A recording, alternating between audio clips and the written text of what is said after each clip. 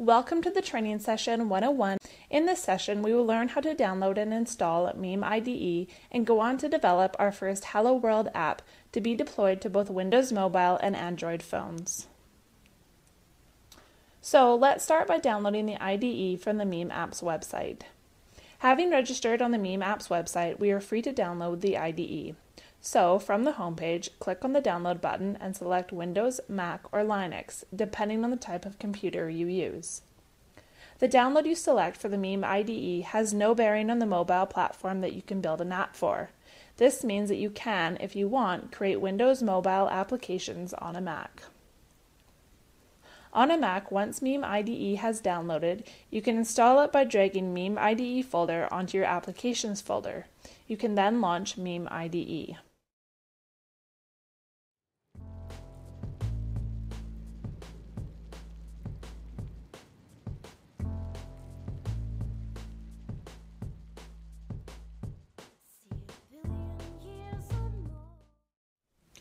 The first time that Meme IDE starts, it will prompt you for the location of a workspace. It is into this workspace that all new projects you create with Meme IDE will be saved. You can accept the default location for now.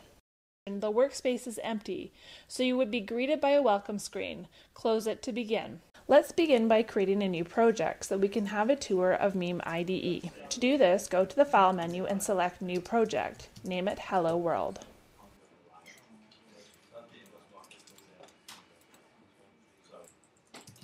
Does anyone print out an appraisal box?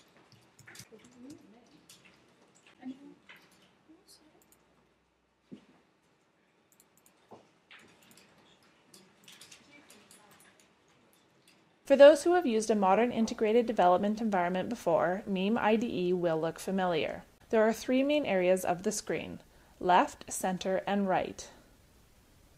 The left of the screen contains the Project Explorer, which allows browsing of the various artifacts of the project. Looking at the folders within the project, the first is Documentation. This is fairly uninteresting, as it is just a file system folder into which you can place any documentation that relates to the project. The Forms folder is much more interesting. It contains the screen designs for the application. These are created using a drag and drop approach, as we shall see in a minute. The Functions folder contains Meme script functions. These fragments of code are invoked from the forms, but to maximize reuse are entirely separated from the user interface that invokes it. Menus are similarly separated from the screen designs so that they can be reused on multiple forms. The Resources folders contain image and other resource files that are used by the application. You can simply drag files from your file system into this area. Meme IDE also has a facility for arranging the screens that you design into workflows. This allows you to see the relationship between the various forms and how the app will be navigated. As well as these folders, there are a few project files that we will visit later when we look at how we can externalize strings and set up data structures. The center area of the screen is concerned with the actual editing, and as our project is empty at the moment, there is nothing in this area.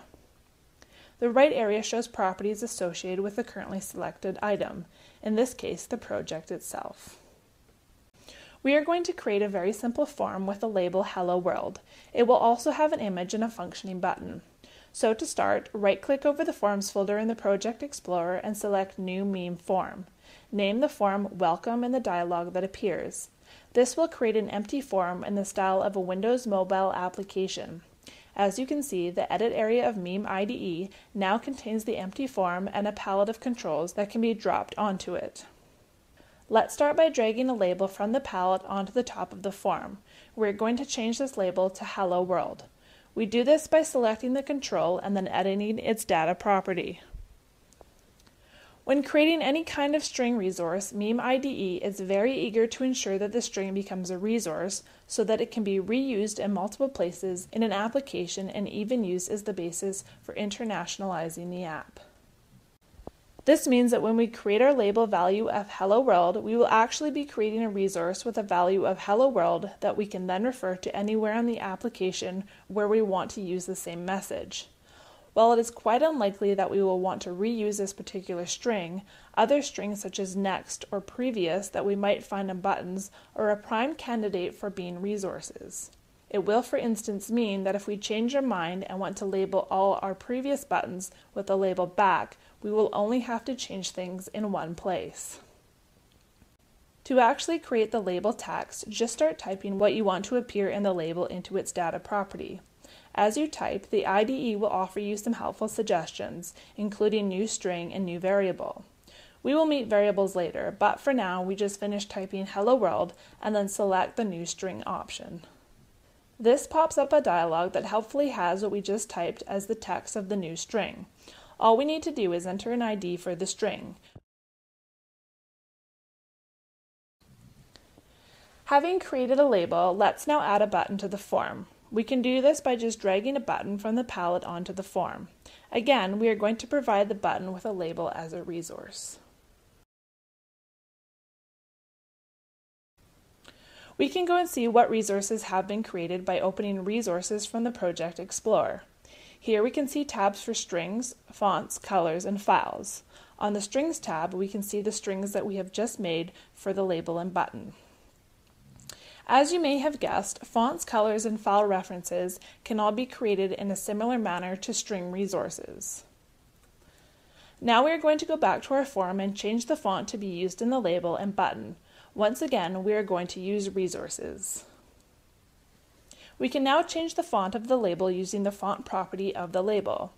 There are a number of predefined commonly used font settings, and if you type in a question mark, a short list will appear showing the predefined font styles and any fonts that have been defined in the application. This time we are going to use one of the predefined fonts, so just go to the font property of the label, enter a question mark, and select Normal Large Tahoma. Next, let's create a working button in our application. For this tutorial, let's give it the label Press Me. Again, this can become a resource for reuse if you wish.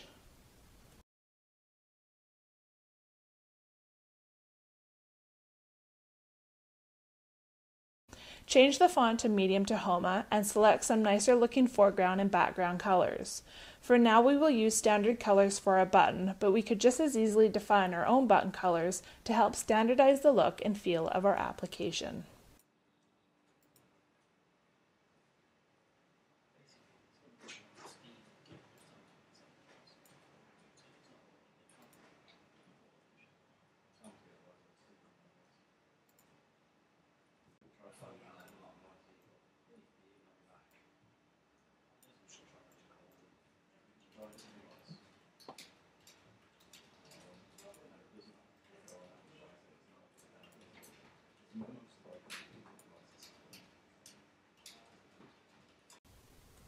We need our button to do something when pressed. What we had in mind was it would display a message like, "Thanks for pressing me." To do that, we need to define a function and the message as a resource. So let's create the resource first. Previously, when we have made a new resource, it has always been in the data property of the form designer. In this case, we're using the function editor, not the form designer, so we have to do it in a different way. The way we do it is to open the Resources document from the Project Explorer and select the Strings tab. So here we click on Add and enter Messages as a string resource category. This gives us a place to keep any messages that are to be displayed to the user. Making sure that Messages is selected, clicking on Add now will create the new resource that we want for our message. So enter the name for the resource, which is Pressed.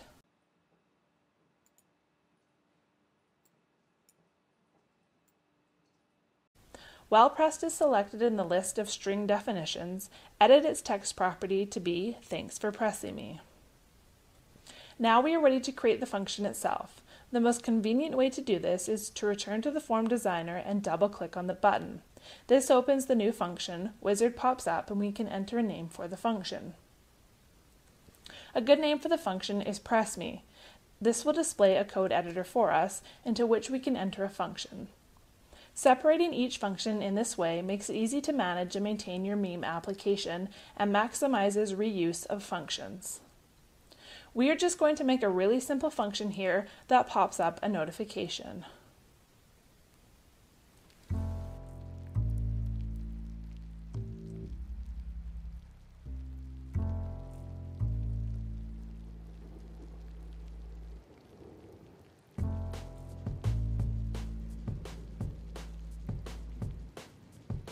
Our form is functional, but it lacks a certain something in visual appeal, so let's add an image. As you would expect, the starting point for this is to simply drag an image box from the palette onto the form. We now need to add an image resource to the project. We can do that by simply dragging an image file into the resources area here. We actually want the image to be available for all platforms, so we will drag it into the common folder. We get prompted for a name for the resource, so let's call it logo. Back on the form, if we go back to our image item control, we can now set its data to be the resource file. While we are here, let's change the scaling type to scale to fit.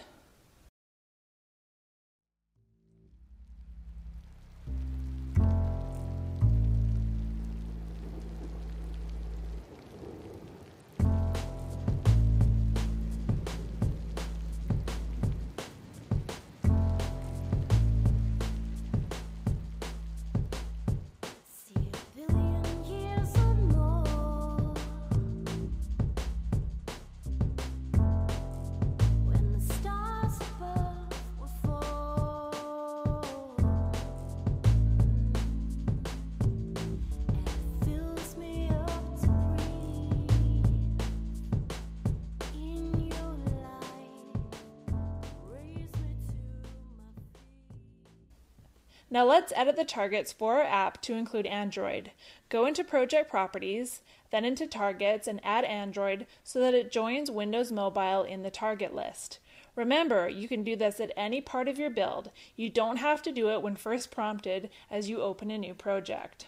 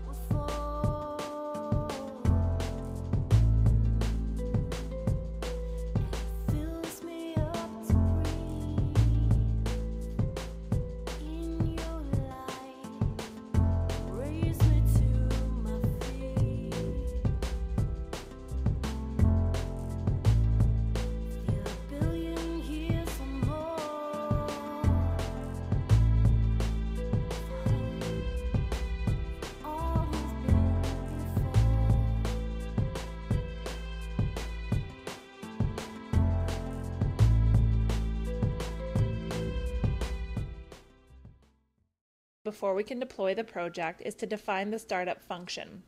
The point of this function is to launch the very first form of the application. It is a very simple bit of code, but necessary for our app to open and package properly. You can, if you want, add another initialization code here. Now that we have seen how easy it is to create an admittedly simple application, let's look at deploying that application to a real device. The way we do this is using the package wizard, which can be found by right-clicking on the project. Just follow the prompts and choose a location for your deployment files. In the beta version, if you want to deploy to both platforms, you have to run the wizard twice. The cab installer and Android APK files can then be copied onto their respective devices as you would when installing any other app on a mobile device.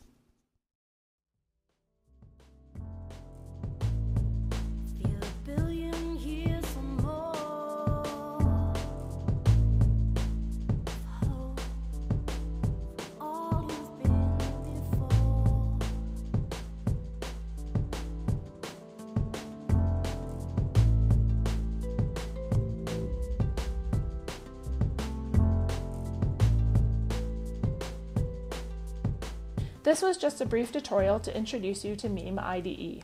In 102 and our other training materials, we explain how to add much more depth and purpose into your application. My name is Ali, and thank you for listening.